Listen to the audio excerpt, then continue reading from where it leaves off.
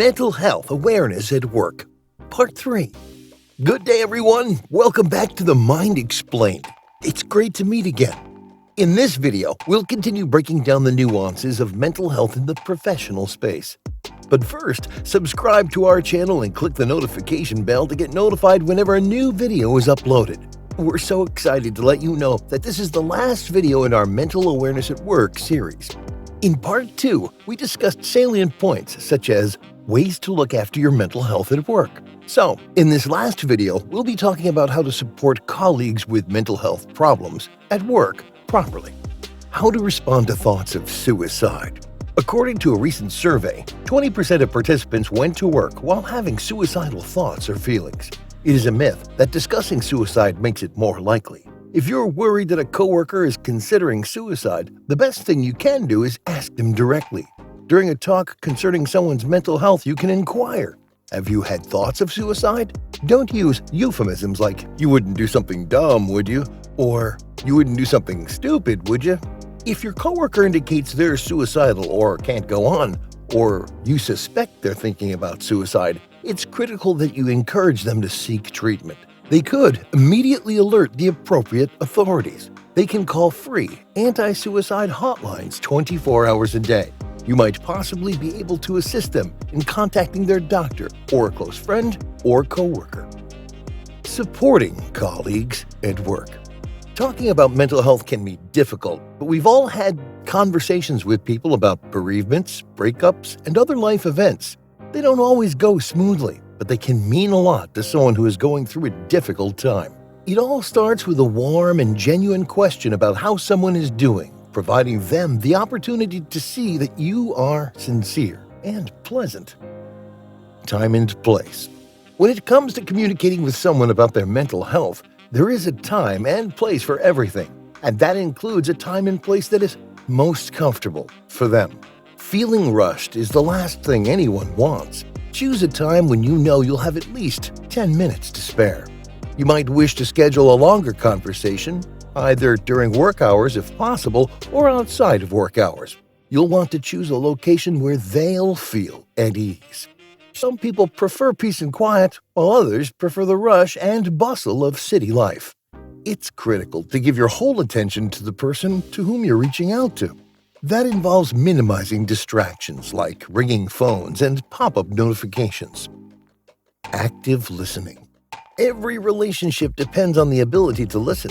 The term active listening refers to a set of practices for staying present and engaged in a conversation. Unless the person you're speaking with doesn't seem to mind, try to maintain eye contact. Open your arms and turn slightly towards them if you want to be more open. With proper nods and gestures, you should accept what's being stated and repeat what they've said to make sure you understand. Ask direct and appropriate inquiries, but don't press for more information than the person is willing to provide. When the conversation is over, summarize everything you've talked about and agreed on, and make sure you follow through on your promises. Having some information on hand can be beneficial. Put some helpline numbers and site addresses on your phone so you can pass them on right away. Managing your own feelings. It can be tough to receive difficult or disturbing information, but you must soothe and support the person by not expressing surprise or judgment. You want to reassure the person that speaking to you is fine and that you will listen carefully to what they have to say. It's easy to jump to solutions when a problem arises, but it's better to first ask someone what they want to happen. They may be open to recommendations, but they may also simply need to vent. Supporting people with ongoing mental health problems. If they have the necessary support from the people in their lives, most people who acquire mental health difficulties recover effectively.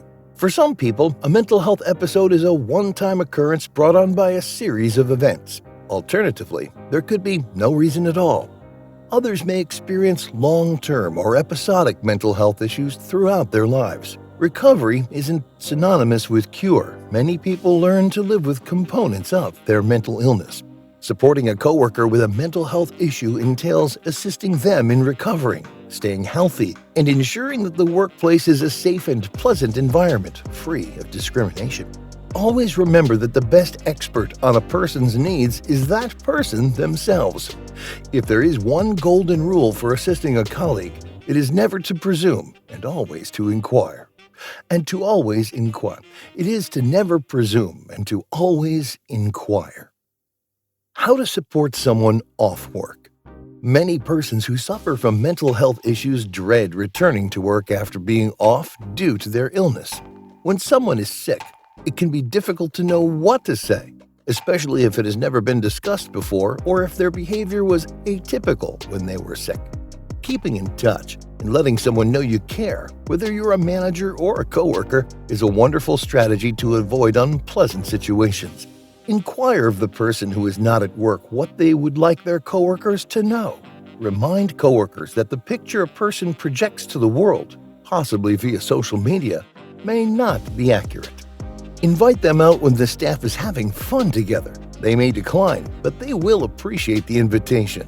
If you would regularly mingle with your coworker, send cards and call them, just as you would if they had any other health issue.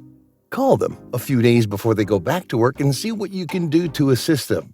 Maybe give their desk a tidy, agree to meet for coffee and walk in together, or go for lunch on the first day.